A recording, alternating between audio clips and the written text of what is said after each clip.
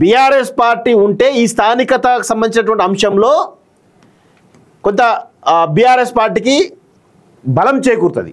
ఈ క్రమంలో మళ్ళీ తిరిగి బీఆర్ఎస్ పార్టీ అధికారంలోకి వస్తే ఆబ్వియస్గా కేటీఆర్ సీఎం అవడానికి అవకాశం ఉంటుంది. కేటీఆర్ సీఎం అయింది అనుకోండి, రేవంత్ రెడ్డి వదులుతాడా? చీల్చి చెండాడుతాడు. రేవంత్ రెడ్డిని చీల్చి చెండాడుతాడు. సో ఆ క్రమంలో రేవంత్ రెడ్డి ఎట్టి పరిస్థితులను బీఆర్ఎస్ను ఉంచొద్దు. సో ఆల్రెడీ కవిత రూపంలో ఆమె ఆల్రెడీ బయటకు వచ్చేసినట్టే. ఇక మెల్లగా అనివార్య పరిస్థితిలో ఇప్పుడు కవిత భుజం మీద తుపాకీ పెట్టి హరీష్ రావును కాలుస్తున్నారు. సో హరీష్ రావు పని బీజేపీలో పోతే మటాశం. సో హరీష్ రావు ఒక్కడ పోయింది అనుకోండి, కేటీఆర్ని ఎవరు కూడా దేకరు. BRS party 100% దేకరు. మన తెలంగాణ రాష్ట్రంలో ఓవరాల్గా Bharatiya Janata party, Congress party, BRS ఈ 3 పార్టీలు ఉన్నాయి. సో ఇక్కడ విషయం ఏంటంటే బీజేపీకి ప్రాంతీయ పార్టీలను క్లోజ్ చేయాలనేటువంటి ఒక ప్రయత్నం అయితే ఉంటుంది. సో గతంలో మనం చూసినాం, ఏది శరద్ పవార్ సంబంధించినటువంటి పార్టీలో చీలికలు తీసుకొచ్చేసి ఏ విధంగా చేసిన చూసినాం, శివసేనలో చీలికలు తీసుకొచ్చే విధంగా చేసిన చూసినాం. ఇట్లా దేశవ్యాప్తంగా ఉన్నటువంటి ప్రాంతీయ పొలిటికల్ పార్టీలు కూడా చీలికలు తీసుకొచ్చారు. సో ఇప్పుడు వీళ్ళ మెయిన్ ఉద్దేశం బీఆర్ఎస్ పార్టీని క్లోజ్ చేయాలి. సో క్లోజ్ చేయాలి అంటే ఇప్పుడు ఏం చేయాలి? ఆల్రెడీ బీజేపీ ఏం చేసింది? హరీష్ రావు తోటి చర్చలు చేసింది. 100% చర్చలు చేసిన విషయం వాస్తవం. సో ఇప్పుడు హరీష్ రావు తోటి చర్చలు చేసిన తర్వాత హరీష్ రావు కేసీఆర్ ఉన్నంత వరకు బయటికి రాడు అనేది 100% వాస్తవం. సో కేసీఆర్ తర్వాతనే ఏమైనా ఆలోచిద్దామని మేబీ చెప్పి ఉంటాడేమో. సో ఈ క్రమంలో ఎందుకంటే హరీష్ రావుకు ఈ తెలంగాణ రాష్ట్ర వ్యాప్తంగా ఒక అద్భుతమైనటువంటి పేరు ఆయనకుంటుంది. 100% ఆయనకు పట్టు ఉంటుంది. తెలంగాణ సమాజం పట్ల ప్రేమ ఉంటుంది. తెలంగాణ ప్రజల్లో ఒక రకమైనటువంటి గౌరవం అయితే ఈయన పైన ఉంటుంది.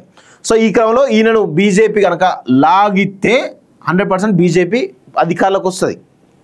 సో ఆ క్రమంలోనే బీఆర్ఎస్లో సో ఈ యొక్క చర్చల విఫలమైనవి కాబట్టి ఇప్పుడు హరీష్ రావును ఒంటరి చేస్తే ఆటోమేటిక్గా ఆయనకు మనం తప్ప వేరే ఆప్షన్ ఉంది. ఎందుకంటే హరీష్ రావుకు సొంత పార్టీ పెట్టాలనే ఉద్దేశం లేదు. ఆయనకి అంత ధైర్యం చేయడు.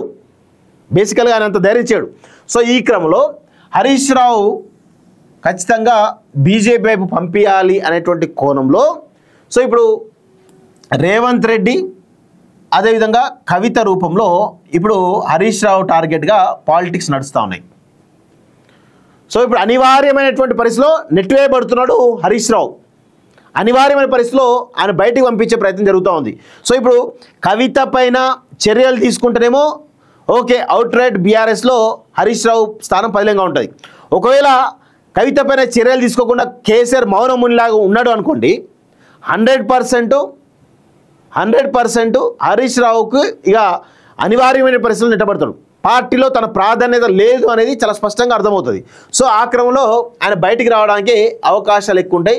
సో ఆయన బయటకు వస్తున్నాడు అంటేనే ఇమీడియట్గా ఈటెల ఎప్పుడైతే బయటకు వచ్చి అనివార్య పరిస్థితుల్లో బీజేపీ జాయిన్ అయ్యాడో ఆయన కూడా బీజేపీలో జాయిన్ అవుతాడు.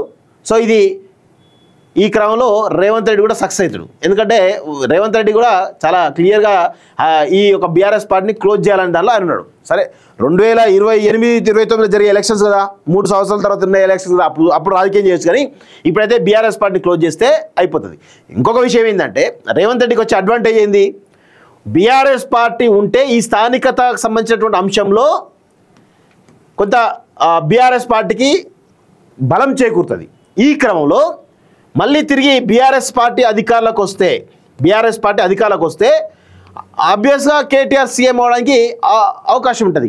కేటీఆర్ సీఎం అయింది అనుకోండి, రేవంత్ రెడ్డి వదులుతాడా? చీల్చి చెండాడుతాడు. సో ఆ క్రమంలో రేవంత్ రెడ్డి ఎట్టి పరిస్థితులను బీఆర్ఎస్ను ఉంచొద్దు. సో ఆల్రెడీ కవిత రూపంలో ఆమె ఆల్రెడీ బయటకు వచ్చేసినట్టే. ఇక మెల్లగా అనివార్య పరిస్థితిలో ఇప్పుడు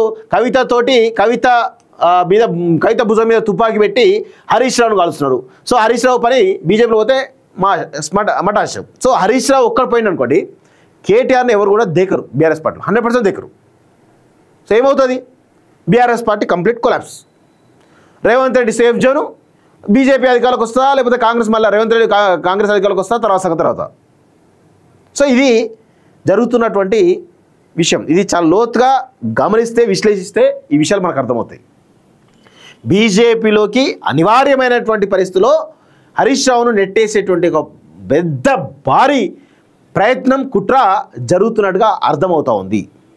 మరి దీనికి హరీష్ రావు తెలియదా అంటే తెలుసు, తెలిసినా కానీ ఆయన కూడా ఏం చేయలేనటువంటి నిస్సహాయ స్థితిలో హరీష్ రావు కూడా ఉన్నాడు పాపం. సో చూద్దాం